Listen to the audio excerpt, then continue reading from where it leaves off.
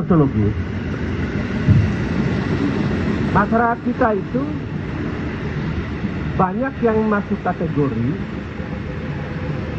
floating mass.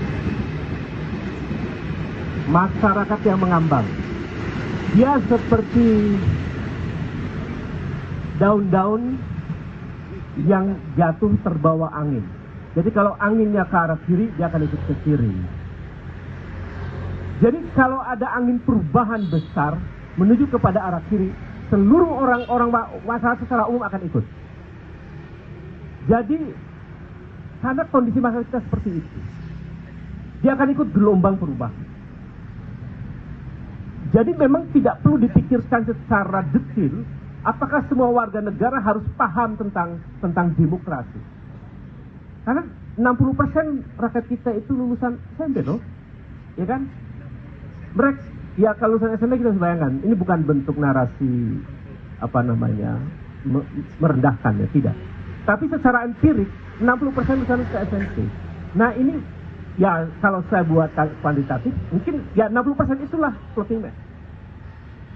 Masyarakat yang bisa ikut kemana arah perubahan.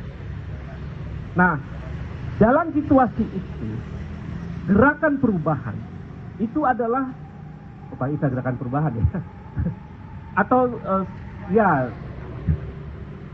gerakan sosial, social movement, pakai teori social movement teorinya.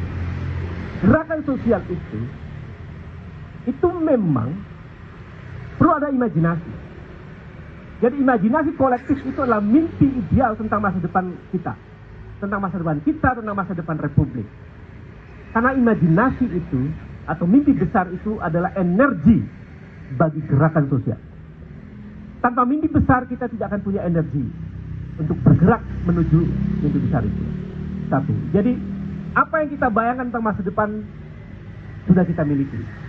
Bahwa kita ingin menjadi bangsa yang menegakkan demokrasi, bangsa yang menempatkan warga negara sebagai manusia, bangsa yang menegakkan keadilan, bangsa yang menghilangkan diskriminasi, dan sebagainya. Itu mimpi imajinasi kita. Nah, tapi untuk mewujudkan mimpi itu memerlukan kerja-kerja gerak. Jadi kalau pertanyaannya, apakah kita sudah punya mimpi? Sudah. Teman-teman yang hadir di sini itu tandanya kita punya mimpi tentang masa depan Republik ini. Paling minimal kita punya mimpi ingin ada atau ingin menjadi republik yang tidak membunuh warganya. Paling minimal. Artinya kita punya mimpi besar tentang itu. Lalu yang kedua, apakah cara kita melihat rejim, lalu kita menyimpulkan bahwa rejim ini sudah tidak layak, lalu kita jatuhkan, misalnya begitu ya. Jika prasyarat mimpi besar itu hanya bisa tercapai dengan jatuhnya kekuasaan, maka jatuhnya kekuasaan adalah prasyarat perubahan.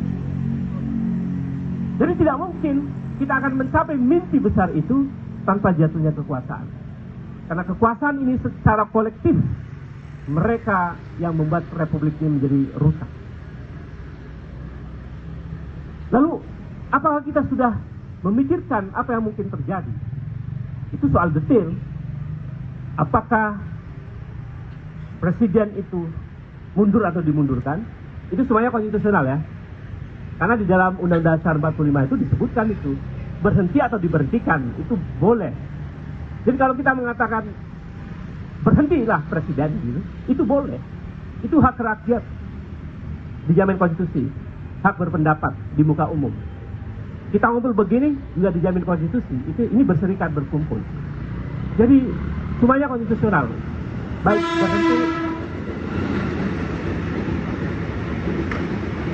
maupun diberhentikan. Jadi saya mau katakan, jika syarat perubahan besar itu harus rezim ini jatuh, rezim ini berhenti atau diberhentikan. Berhenti artinya berhenti sendiri, mundur sendiri, atau diberhentikan melalui cara-cara kerja-kerja gerakan sosial dan seterusnya. Maka itu memang mau tidak mau harus dilakukan. Soal bagaimana setelah itu, kita semua punya pikiran, kita semua punya otak. Saya mau mengatakan bahwa gerakan sosial baru yang mesti muncul ke depan Jika kekuasaan tumbang, maka teman-teman gerakan ini yang memandu perubahan. Kita tidak memberikan cek kosong pada kekuasaan baru. Kita mesti memandu agenda perubahan. Ini harus dilakukan. Saya kira itu.